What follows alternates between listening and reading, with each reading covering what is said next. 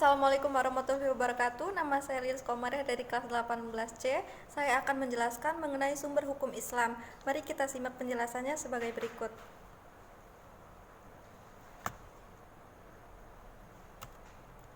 Sumber hukum Islam merupakan suatu rujukan landasan atau dasar utama dalam pengambilan hukum Islam. Segala sesuatu haruslah bersumber atau berpatokan kepadanya.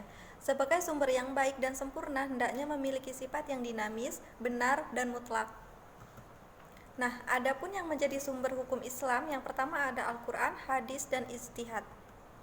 Al-Quran sendiri menurut bahasa berasal dari kata qoro'a, yaqro'u, kiro'atan, Qur'anan, yang berarti sesuatu yang dibaca atau bacaan. Sedangkan menurut istilah, Al-Quran adalah kalamullah yang diturunkan kepada Nabi Muhammad SAW dalam bahasa Arab, yang sampai kepada kita secara mutawatir, ditulis dalam mushaf, dimulai dari surah Al-Fatihah dan diakhiri dengan surah An-Nas.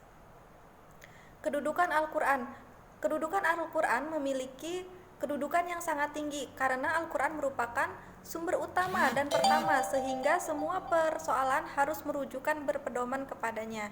Sebagaimana firman Allah Subhanahu wa taala dalam Al-Quran yang artinya, "Hai orang-orang yang beriman, taatilah Allah dan taatilah Rasul-Nya dan ulil amri di antara kamu. Kemudian, jika kamu berlainan pendapat tentang sesuatu, maka kembalikanlah ia kepada Allah atau Al-Quran dan Rasul-Nya atau sunnahnya. Jika kamu benar-benar beriman kepada Allah dan hari kemudian, yang demikian itu lebih utama bagimu dan lebih baik akibatnya." Di dalam Al-Quran, kandungan hukum Al-Quran yaitu yang pertama, akidah atau keimanan terhadap hal-hal yang gaib yang terangkum dalam rukun iman atau arkanu iman. Yang kedua, mengenai syariah atau ibadah, di mana di dalam Al-Quran mengenai tata cara ibadah baik yang mahdah atau gairu mahdah. Untuk hukum ibadah itu mengatur perintah untuk mengerjakan sholat, haji, zakat, dan lain sebagainya. Dan hukum muamalah itu mengatur mengenai politik, jual beli, dan lain-lain. Yang terakhir itu mengatur mengenai hukum akhlak dan budi pekerti, yaitu tentang perilaku manusia terhadap manusia, manusia terhadap Tuhan, dan manusia terhadap tumbuhan ataupun hewan. Yang kedua, di sini ada hadis atau sunnah. Dari segi bahasa, hadis berarti perkataan atau ucapan, sedangkan menurut istilah, hadis adalah segala perkataan, perbuatan, dan ketetapan atau takrir yang dilakukan oleh Nabi Muhammad. Hadis juga dinamakan sunnah. Hadis adalah ucapan atau perkataan Rasulullah, sedangkan sunnah adalah segala apa yang dilakukan oleh Rasulullah yang menjadi sumber hukum Islam. Bagian-bagian hadis. Yang pertama ada sanad. Sanad adalah orang yang menyampaikan hadis dari Rasulullah sampai kepada kita sekarang saat ini. Yang kedua ada rawi. Rawi adalah orang yang meriwayatkan hadis. Dan yang ketiga adalah matan. Matan adalah isi atau materi hadis yang disampaikan oleh Rasulullah. Kedudukan hadis sebagai sumber hukum Islam ada satu tingkat di bawah Al-Quran yang harus dijadikan sandaran. Berikutnya adalah hadis tersebut, sebagaimana firman Allah yang artinya, "Dan apa-apa yang diberikan Rasul kepadamu maka terimalah, dan apa yang dilarangnya bagimu maka tinggalkanlah, dan bertakwalah kepada Allah, sesungguhnya Allah amat keras hukumannya." Fungsi hadis terhadap Al-Quran, yang pertama menjelaskan ayat-ayat Al-Quran. Yang kedua, memperkuat pernyataan yang ada dalam Al-Quran. Yang ketiga, menerangkan maksud dan tujuan ayat yang ada di dalam Al-Quran. Yang keempat, menetapkan hukum baru yang tidak terdapat di dalam Al-Quran. Dan macam-macam hadis. Yang pertama ada mutawatir, yang kedua ada masyhur, dan yang ketiga ada ahad. Nah, untuk mutawatir sendiri yaitu hadis yang diriwayatkan oleh banyak perawi, baik dari kalangan para sahabat maupun generasi sesudahnya, dan dipastikan di antara mereka tidak bersepakat dusta ataupun mereka berkata jujur dan dapat dipercayai. Nah, yang kedua ada hadis masyhur yang diriwayatkan oleh 2 orang sahabat atau lebih yang tidak mencapai derajat mutawatir. Artinya hadis ahad masyhur ini di bawahnya hadis mutawatir kesohihannya. Dan yang ketiga hadis ahad, hadis yang hanya diriwayatkan oleh 1 atau 2 orang perawi sehingga tidak mencapai derajat mutawatir. Hadis ahad ini ada berbagai macam. Yang pertama ada hadis sohih, hadis hasan, hadis doif, dan hadis maudhu. Yang terakhir kita akan membahas mengenai ijtihad.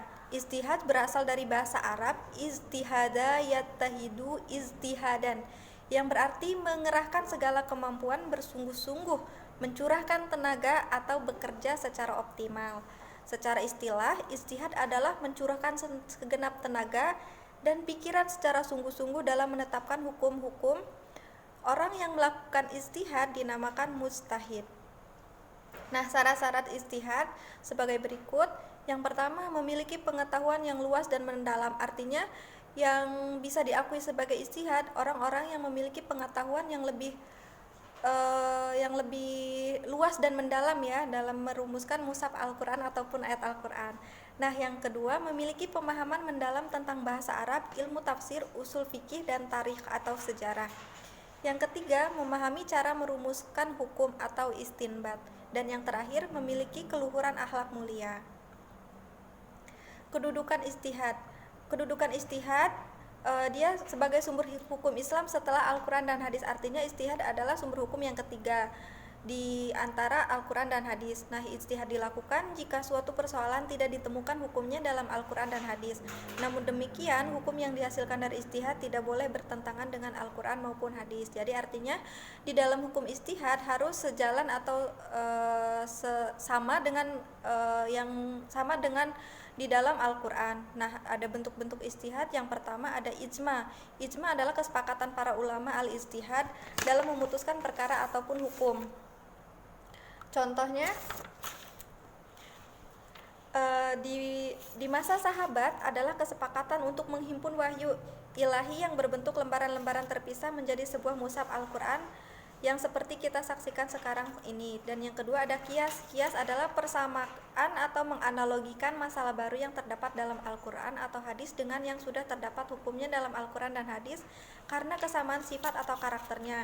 Nah, untuk contohnya biasanya mengharamkan hukum minum-minuman whisky, vodka ataupun narkoba karena bersama-sama memiliki sifat memabukkan dan disamakan dengan khamar, dan khamar di dalam Al-Quran itu diharamkan. Nah, yang untuk terakhir itu ada maslahah mursalah, artinya penetapan hukum yang menitik beratkan pada kemanfaatan suatu perbuatan dan tujuan hakiki universal terhadap syariat Islam. Nah, untuk contohnya jika seseorang memiliki atau mengalami kerugian oleh seseorang, maka seseorang tersebut harus mengganti sesuai dengan kerugian yang dialami sesuai dengan syariat Islam. Mungkin untuk saat ini cukup sekian untuk penjelasannya, kurang lebihnya saya mohon maaf dan saya akhiri. Terima kasih. Wassalamualaikum warahmatullahi wabarakatuh.